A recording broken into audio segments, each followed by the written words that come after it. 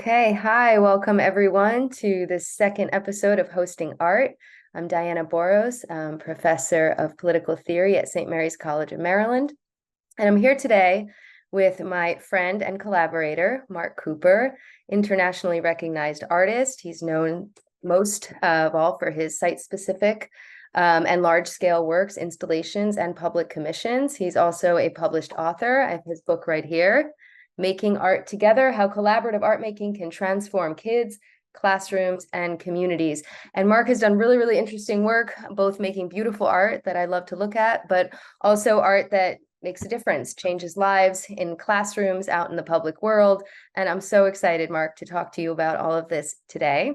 So I wanted to start by asking you about some of the projects that you've created. Obviously, you have so many projects that I'm sure you're working on now and that you're thinking about for the future. But when I first came upon your work, I found your project a very sort of large scale, over a long period of time project that was called Stop the Violence. And this was now a couple of decades ago, right, that this began? Yep. Can you tell us a little bit about what that project was all about, how it started?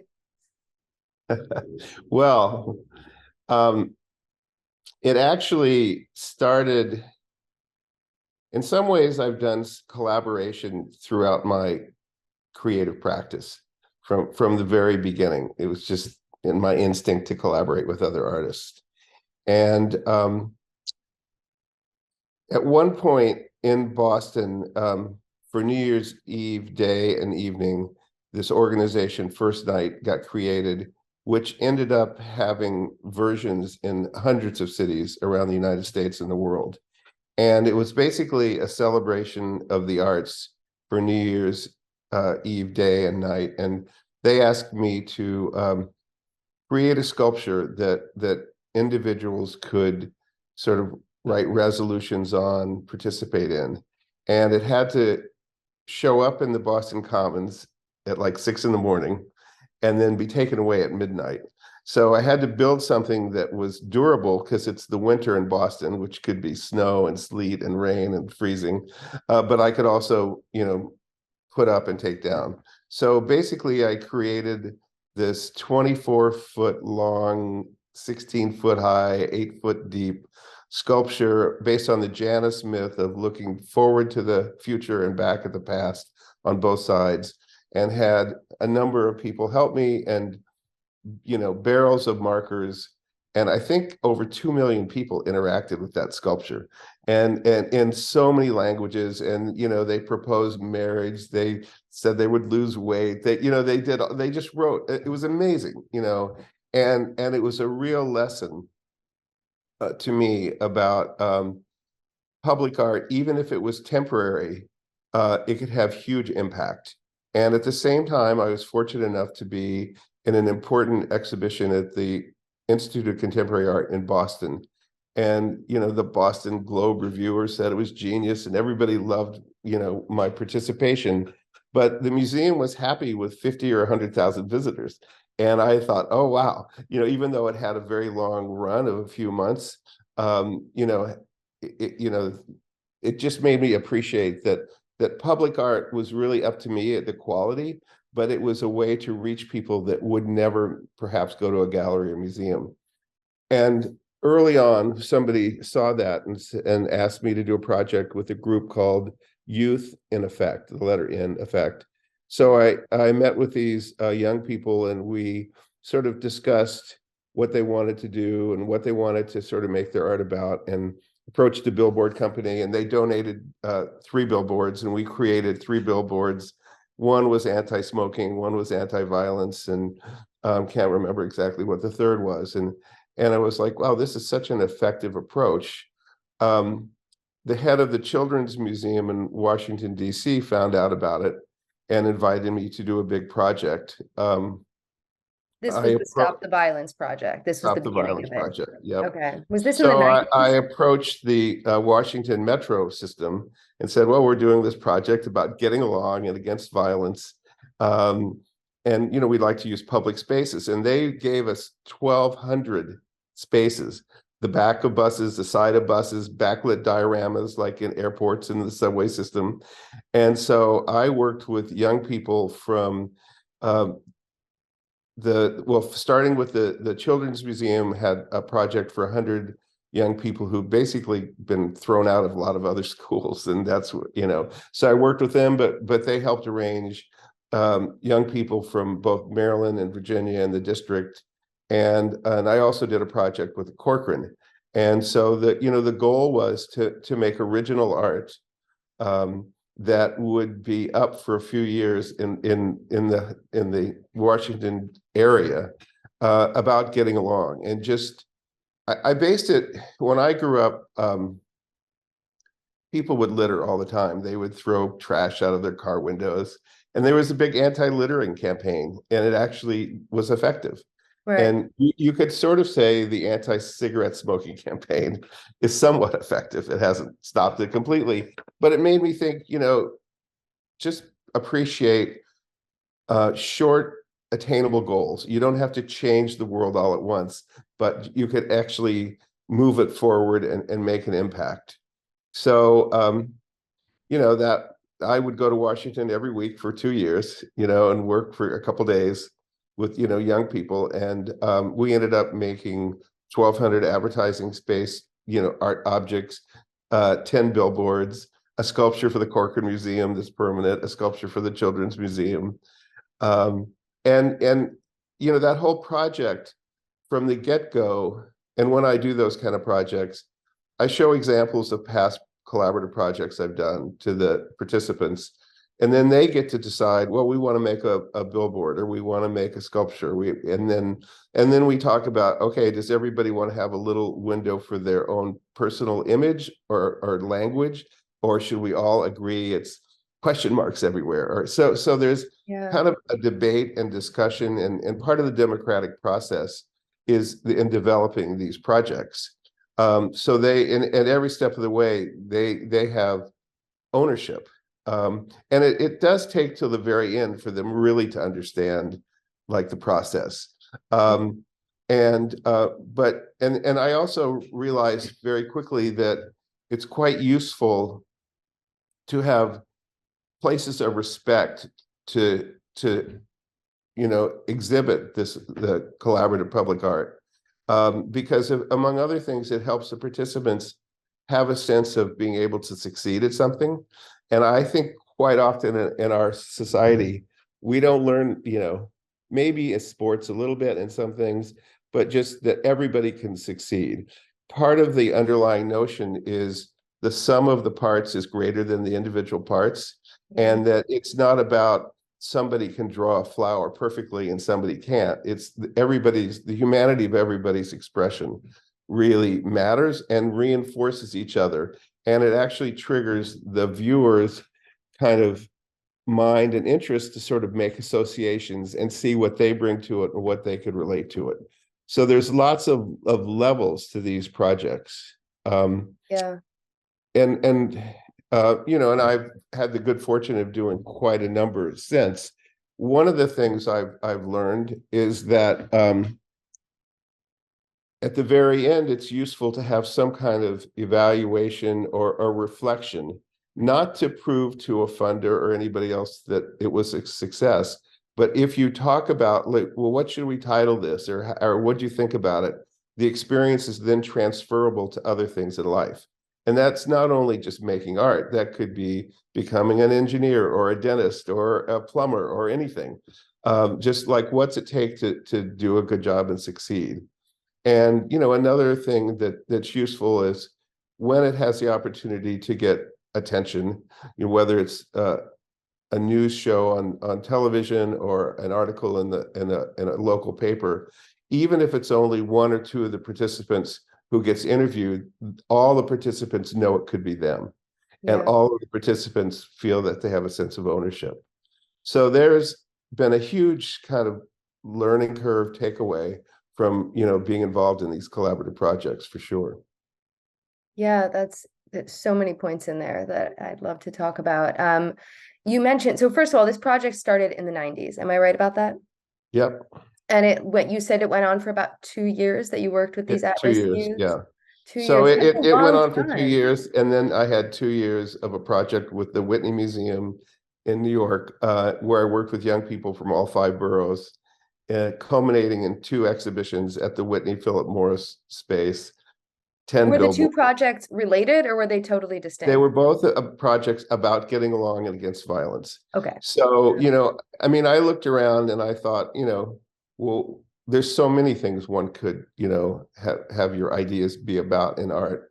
Yeah. But, I was pretty troubled by all the violence in our society. And I thought, that how do you change people's notion, that, I mean, because there's so much copycat. We see it right now. It's like shootings in schools everywhere. And it's like it never happened before. And, I thought, well, we need to get back to feeling good about doing well by others and putting good energy out into the world. And, and that comes through, movies and TV and art and just, like having it be in the culture that, like, no, getting along is what's important, not, fighting with each other. So it just seemed like, this is a message that needs to just be out there, much like don't litter or, Right. Don't smoke. It's bad for yeah. you. Yeah. Yeah, no, I think it's great. When I first came upon your work, I was like, wow, this is a project that not only is obviously so important and has probably had a significant effect on so many at-risk youth in 2 different cities, right? DC and New York, like, but it could also be replicated relatively Right. easily all around the world, right? So this is something that you could, which I find really interesting, public and social artworks that can be easily replicated. I find some of them to me are some of the most compelling work, right? Because it's like you can take it and give that same experience to all different communities in different ways. And that doesn't mean you're also not sort of privileging one community, because we know that often it is our big cities that are privileged, right? Our rural and suburban neighborhoods are often left out of public art experiences, which I think is a shame. And then even within cities, sometimes certain neighborhoods are privileged over others. So I think it's really cool when you can sort of replicate a project, move it around. Like you said, you worked with all different, youths from all different types of programs and institutions. And so you're like getting that mix of students. You're also bringing them together into conversation with each other. So thereby Right. like creating a larger community, right? Pulling them out of their singular communities and like combining them into a larger community, which I think is really cool. I love that project. I do with my own students in class, I do like a really small scale version of this where we do at the end of every semester. So they have their own sort of public art projects that they have to propose and then execute on campus. But at the end of every semester, we do this project it's actually a introductory class, like a college introductory class, which means they're not all majors. The students are from a diversity of, disciplinary interests, which I think is really cool. And at the end, they have to do a project where they create a class collage, and then we determine where that collage will be, exhibited on campus. And so to some extent, the project's very simple, right? But they have such a wonderful time doing it because I let them know, just like you said, you mentioned like, you want to make sure that they have that ownership over it. There's that conversation, that debate, that dialogue at the beginning to determine like, okay, how are we going to do this? So they decide all of that, right? What is this going to look like? What is the message you're trying to convey? How are you going to work together? Who figures out who's cutting and who's pasting and who's choosing and who's right? Where do you want it to go on campus? How are we going to make that happen? The sort of politics of it, right? How are we going to sort of figure out where the best place is to hang this work? What will we title it? And that's I let them know that like, that's part of their grade is not just making a collage, right? But is working together. Like literally the actual collaboration of it is what I'm sort of watching for. And sometimes at first they're like, well, but how do I know this? And tell me what to do this. And I just say, no, you can't, like, let's just figure it out. Talk about it. Sometimes we do polls, sometimes we just have like open dialogues, but at the end, they're always so, first of all, the work is beautiful. I have to show you the latest one. It's beautiful. They made a big tree, and it sort of represents rising up and growing out of difficulty into sort of the beauty of the world. It's lovely. And they do beautiful work, but they're also so proud of it at the end, which I'm sure that you have many experiences of seeing that, and what a pleasure. Every time. They're Every like, time. even if their Yeah. piece is at the bottom of the sculpture and you have to crawl underneath to see it, their Right. contribution, it's like Yes. this. It's fascinating, to tell you Yeah. the truth. Yeah. Yeah, agreed. And I'd love to do that because I feel like, Mark, you are also an educator. Mark also teaches. He's a professor at Boston College, and the director of undergraduate studies for studio art.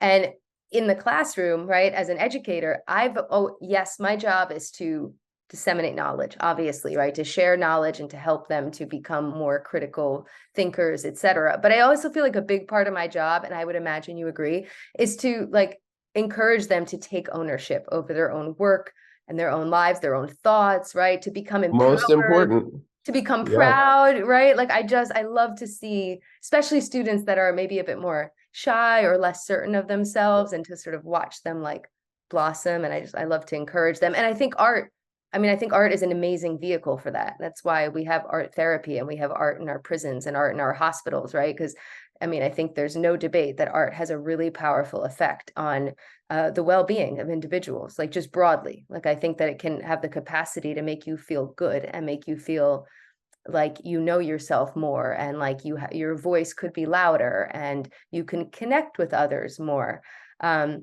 which is something else that I want to talk about today.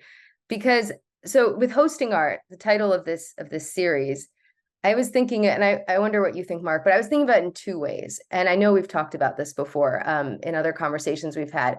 One, I feel like, I see it as sort of like an invitation to ask everybody to host art, like to host art, like in their lives, in their hearts, to sort of take art seriously, to ask them to like see art in a different way, right? And I would argue often art is not seen as sort of integral to the human experience or integral to a vibrant society. It's seen as something like beautiful and lovely, but like a hobby that you do on the weekend, something that's sort of secondary to the important stuff, right? And so I feel like part of what I would like hosting art to convey is like a request to sort of see art more holistically, right? Yeah. And in a more powerful way, and in a way where like it could affect like every sort of type of work and every type of interaction we have in society. But then the other way, which was relevant to what I was just saying, is the idea of the notion that art itself can serve as a host, right? It has the capacity to serve as a host, just like you were just describing. Like it can host conversation, it can host engagement, it can host collaborative experiences. And I would argue ultimately it can host feelings of empathy, like feelings of connection, feelings of understanding, of community, right? So that's how I'm sort of thinking about this broadly. And I think that your work in general, what you just described, but also other work that you've done, really speaks to that idea of like asking, it's like in the work that you're doing, you're asking the world to see art in this more broad, holistic, important way. But you're also creating situations where empathy, community, conversation, dialogue, understanding, all of that is fostered. And I don't know, I see that in a lot of the sort of the work that you've done, both in exhibits that you've created and also work that you've done in classrooms, because you've done a lot of that work as well, like in the education realm. So, I mean, can you speak a little bit to how you think art can serve as a host for community, for empathy, for dialogue, for understanding, for all of those types of Sure. connections? I mean, you have brought up so many good points. I wish I would have had a pen and paper and keeping notes of all these talking points to get back to. But I'll just go through a few that come up. So I've had the good fortune to, well, for 4 or 5 years, I taught a group of teachers from 9 North African and Middle East countries who were on fellowship to come like just work with me to learn my approach to collaboration, who've then gone back to their individual countries and done countrywide collaborative projects. So cool. So I've had the good fortune of having museum exhibitions all over the world, but most recently quite a lot in China and Vietnam and Korea, and I've also taught workshops on collaboration, and not just there, but even to like MBA students. I mean, the range of who it applies to is pretty broad. And I think one thing that I bring to this notion of collaboration is to bring individual voices, and that bring your strength. It's not like a compromise. It's like, how can we bring, what we each contribute to the conversation? So, I think that's pretty important. And for sure, when you share something and you succeed, you're building community, you're building empathy, and you're also reaching viewers who can identify with the topics. And when the process is transparent, they understand it could be them that did it. It doesn't have to be just those people who made it. Um, so I think the potential is enormous. And one of the things you brought up, and we've sort of put into place in the studio art program at Boston College, is we have majors and we have minors, and we also have many students who take a few courses, that are whatever, biology majors or in the business school and the nursing school. And, we've just included a creative thinking minor where instead of focusing on only one discipline like drawing, maybe you take several. You still have to take a certain amount of courses. You have to take an issues and approaches course and a minor course, but you, as a student, we all need to be creative whether we're a doctor or a nurse or in business or trying to invent something. We have to think creatively, and I think that comes from practice and experience. You don't just once every 6 months decide you're going to be creative.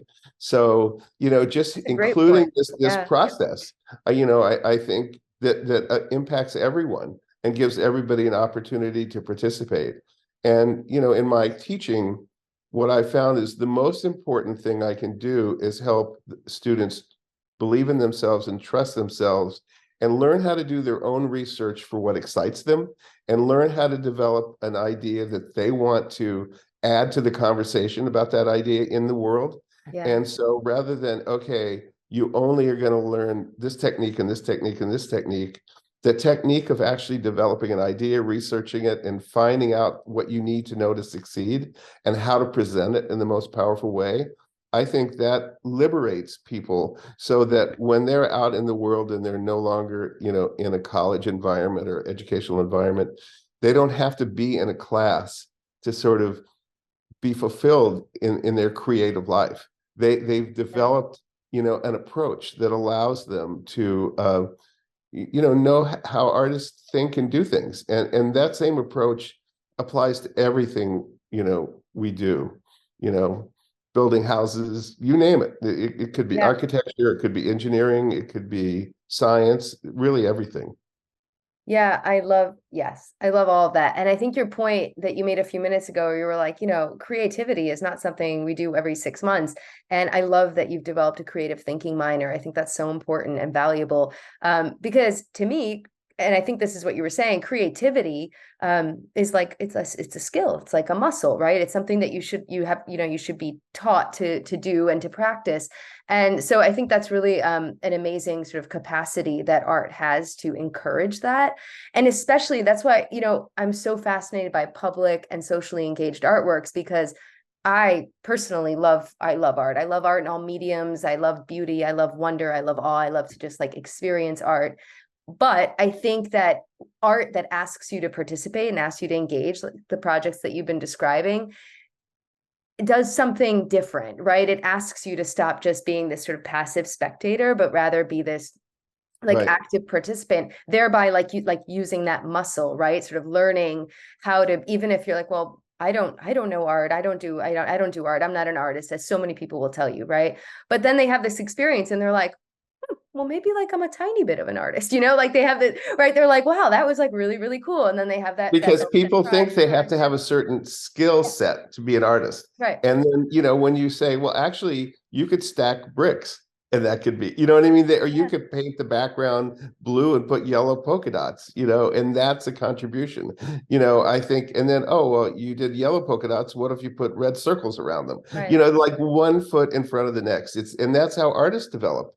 It's like, if you think of a traditional painter, they don't only do one painting, they do a series. And usually right. the first one or two is kind of clunky and, you're working through the process and that's pretty normal. Yeah, I love a series in art in general. Like in general, I enjoy that and seeing that process. Um, absolutely. So one thing, well, two things that I wanted to bring up also. So we're talking about our experiences, especially yours in your classrooms and mine in my classrooms. And like, that's, wonderful when we can bring that to students at Boston College and St. Mary's College. But like, what I think is so important about public art is, now think about if we can bring that feeling of like, of engagement, of empowerment, of, like we were describing, just sheer pride, knowledge about the self, right? Practicing creativity, learning how to collaborate, learning how to work with other people, learning how to think creatively, and we can bring it to the public. To me, it's just like a win-win-win-win-win, right? Like, I feel like that's such an amazing thing to be doing, both, and many different like versions of bringing it to the public. There's sort of, I like you in the first project you were discussing, working with students from all different, from young people from all different sort of places around the city and bringing them together. But then also projects that are, literally out on the street or in some capacity public, whether indoors or outdoors. I think is really, really vital, because if what you and I are saying is even a little bit true, right? Then we need to be sharing this with as many people as possible, right? We need, like, I think it's really important to try to provide that experience to more people, especially in a world in which I would argue that often that experience is, maybe I don't want to say devalued, but not valued as top priority, and not sort of given out, loosely to the public at large. So I feel like it's sort of part of the role of, artists and thinkers who care about these things, who believe in this, to get it out there, to get it into the hands of as many people as possible. Well, one thing that with all those projects, let's say the Whitney project, Yeah. the art got shown at the Whitney, but then it went back to the schools permanently. Oh, I And love that. so it was very, Yeah. and that's true of almost every project, because you shouldn't just go to this one special place to experience it. You need to live with it. And one of the things I noticed was, in some of the schools I went to, having a sense of self-respect and pride in your neighborhood and where you lived, which is a place for public art. I mean, Right. it's really important, instead of it just being kind of a wasteland with, nothing to look at and nothing positive around and nothing. And at the same time, parallel, not at the same time, but I've been involved with this project around environmental and equity issues around recycled clothing. And there was a group at Boston College that had been working on this for 10 years. Dean DeVoy and several, students, graduate students, undergraduate students, researching issues. And they decided that they wanted some kind of public art presence to draw attention to it. So they invited me to sort of build a sculptural installation.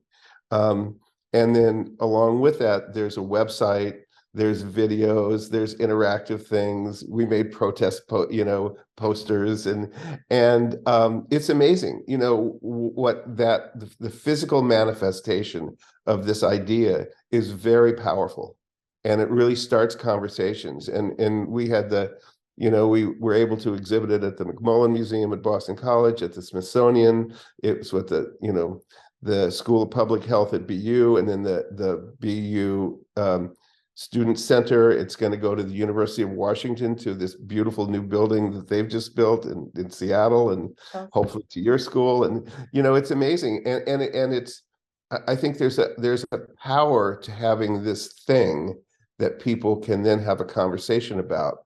Yeah. And I had no idea, honestly, the crisis that recycled clothing has created environmentally. It's perhaps the second biggest problem, Yeah. in our environment. And there's all kinds of other, and it ends up in poor communities, and it creates, toxic problems, and and the transportation of it back and forth. There's so many things. And it's a kind of a remarkable collaboration, because everybody brings their contribution to it, including a professor and a student who are making a simulator. So you can put a piece of clothing in and see what toxins it gives off. But viewers can see that. And an interactive website that has the history of recycled clothing, but a place for people to sort of blog and come up with solutions. And just different people bring different skills to this, collaborative project, which is really kind of awesome. And kind of a good model, I think. Yeah, so everyone can find it. What is the name of the project? Um, well, the sculpture is Website. called Aftermath, and I don't know that. So that's how I see it, but I like I'll have that to let title. you know if there's a broader name than that. I like it. Aftermath makes sense from everything So we've been even discussing. that was so once they asked me to do it, we put out a video and a call to the community, students, teachers, staff, to contribute recycled clothing with an explanation of the thing. So from the get-go, it was collaborative in Right. terms of everybody contributing and understanding what addressing the issue. Um, and every step along the way, there's been these, opportunities for collaboration. Yeah, I love that. In all these projects, I mean, from the very beginning of our conversation today, we're talking about, messages to come together and not be violent, or messages to stop smoking, or messages to not litter, or whatever. All of these are ultimately, political claims, right? They're political needs that in some sense, in some traditional sense, it would be the state that would be in charge of sort of trying to get out these messages to the people. But artists have this really like special role, and I think like deeply important, unique role in communicating with the public about political issues from a different perspective, right? And bringing a different sense of feeling to learning about these issues. And so, for example, with this project, with Aftermath, talking about recycled clothing and the environmental crisis, like related to like the fast clothing industry, is really significant and something that maybe a lot of people, don't know enough about. But, how are you going to teach people about it in a way that, that is going to be accessible and still like interesting and fun and creative and like beautiful, right? With all the colors. I mean, I've seen it. I think it's beautiful, right? Lots and very, very colorful, lots of layers. We'll bring it to them through these artistic experiences. And collaborative from the beginning, collaborative throughout, collaborative at the end. It's also sort of showing what I think a lot of socially engaged artists, right? So artists that in like are particularly committed to creating art in which the interactive capacity of the art is the art itself, right? Like that the most Right. important part of the art is like making the art, rather than the end result. Is that often these are deeply political works, sometimes so deeply and overtly political, they don't, they sort of are very much on that line between sort of art and political action. um and I think that's really like something that's getting more and more significant as we have obviously numerous problems in our world today, and artists have stepped up more and more to sort of take a part in sending messages to the public, in creative ways that also, going back to our previous point, is also like teaching creative thinking, like you said, right? It's Yeah. teaching that collaboration. So it's not just like, hey, I learned something about recycled clothes. Hey, I saw a cool art piece. It's like, I had this experience, right? I learned something about myself. I worked with someone and I did this. I added to this thing, and Right. now I'm a part of this thing, right? Which to me is really different than just like, I got a pamphlet about, recycled clothing. And I learned about it, right? It's No, different, like, it's right? visceral. When you see Yeah. something, the experience is visceral. And for whatever it's worth, um, I just had an exhibition at Caiaphas Gallery. The title was Bloomin', like flowers blooming out of a tough winter. And the whole exhibition, it was just me with some collaboration with other artists help, participating. It was the idea that you need to have something positive and optimistic in the world as Mhm. well. You can't just look at all of the negative. So I guess my point is, there's a place for beauty and there's a place for everything, and our world needs all of it. And so, collaboration doesn't have to just be, the environment's falling apart. It can be about, there's any number of ideas that one could put forward. Yeah, but even all the sort of negative things, like, okay, the world is falling apart, right? The environment is in crisis. But then you create a project like Aftermath, right? And suddenly that which is, I mean, it doesn't mean the situation is solved, right? It's not that we've sort of Right. solved the environmental or political condition on for which the project was sort of built, but you created beauty in addressing that issue. Yeah. And that to Yeah, me is what it's all about. Like at the very beginning of this conversation, you said something about how it's the little things, like little by little, right? It's not about sort of solving the world's problems that's in right. one art project, right? But little by little, you're bringing people together, you're engaging people, you're empowering people, you're giving people a voice, you're giving, helping them to feel proud. Um, and so to me, we should be doing this. We should be taking all the things in the world that if we think about them for too long will just make us cry, right? All these really just sort of Right. terrible crises. But if we can bring people together to try to solve them, even in little ways, even in just, a one-day project or a temporary installation or a creative experience in a classroom, whatever it might be, you're like little by little, you're still taking that which is difficult, I think, and creating beauty out of it and bringing people together, creating community. Absolutely. It So reminds me, several years ago, it was the 20th anniversary of the Berlin Wall coming down, and I got invited to create a sculpture, to commemorate that on the Boston College campus through the German embassy was part of it, and the German department at Boston College and the administration. So I created this huge sculpture, and I had cans of spray paint, and students for a awesome. month could sort of write on this big sculpture. And it was amazing. They said all kinds of meaningful, important things and nothing horrible. And everybody had a voice. And a funder who has funded projects of mine saw it and said, I'll help send this to anywhere in the world. This is so good. And it ended up going to North Ireland for the reconciliation process. And it got shipped in a 40-foot container, set up in Strabane near Derry. And then they repainted the whole thing. I went for the, opening, and I communicated a lot to them, but they had sort of performances, and they had youth from, both Catholic and Protestants talking to each other for the first time, and it was about tearing down walls. The walls in our mind that keep us separate, the literal, if you're Protestant, don't cross this street, if you're Catholic, don't cross. So it didn't completely solve all the problems in North Ireland, but it was a piece of like going from the conflict that they had forever to finding a way to live together and work together. And so that's like a perfect example of, that one thing alone isn't going to change things, but it can be a step along the way to changing things.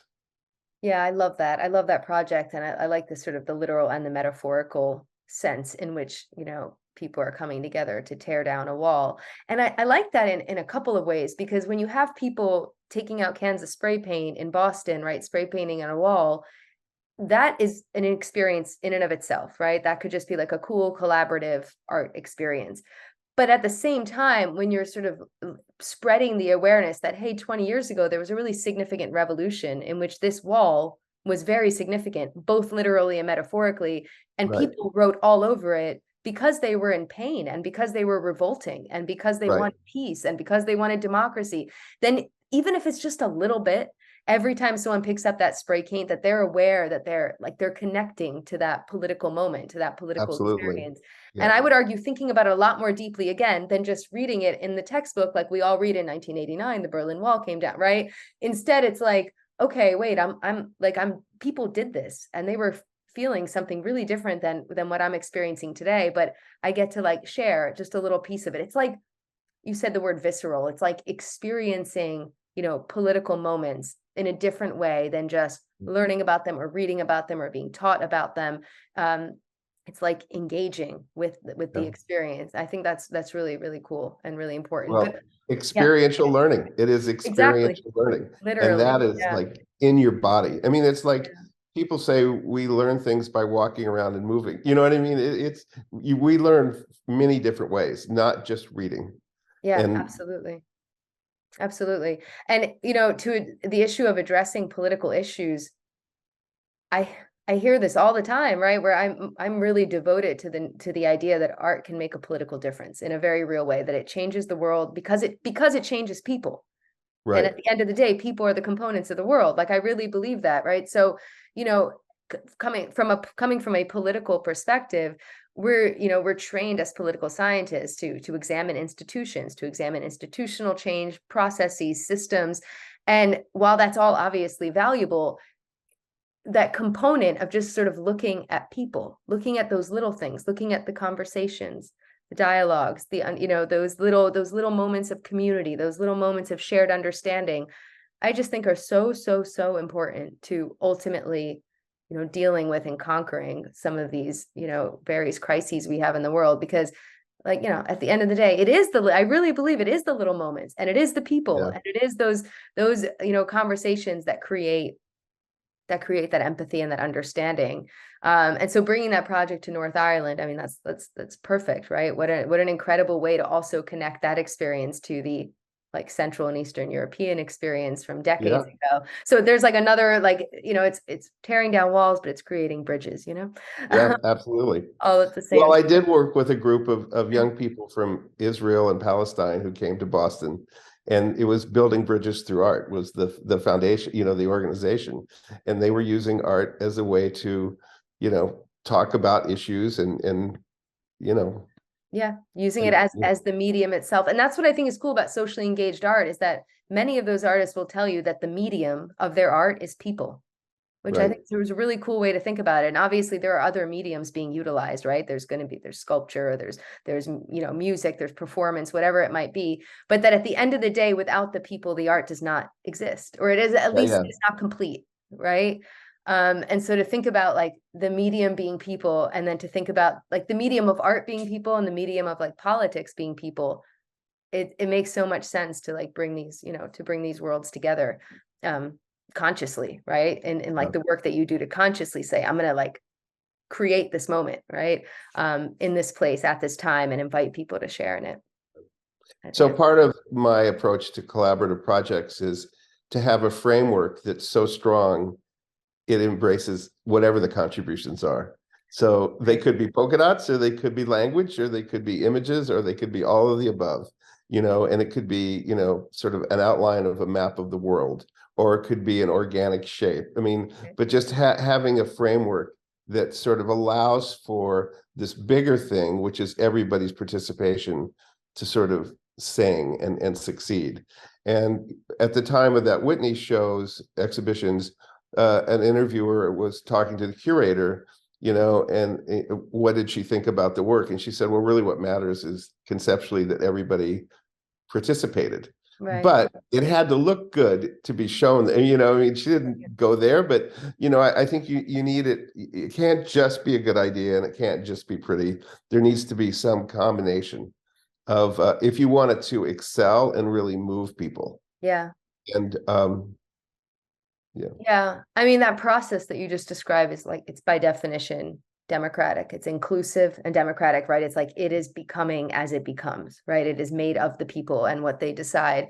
And certainly you want the end result to be compelling, but I think what's cool about so many of these participatory projects is that the end result, I don't know, need not be compelling in the traditional way. Sometimes I find what makes it so compelling, right, is not that it necessarily looks a particular way, but that it shows me the collaboration. It's in my face. I'm wow. If I was looking at your wall, I'd be like, oh my God, look at all that spray paint. Look at all the individual statements. Look at all the people that went to this one place and did this thing together at the same time. To me, that's every time it's mind blowing, and it's moving.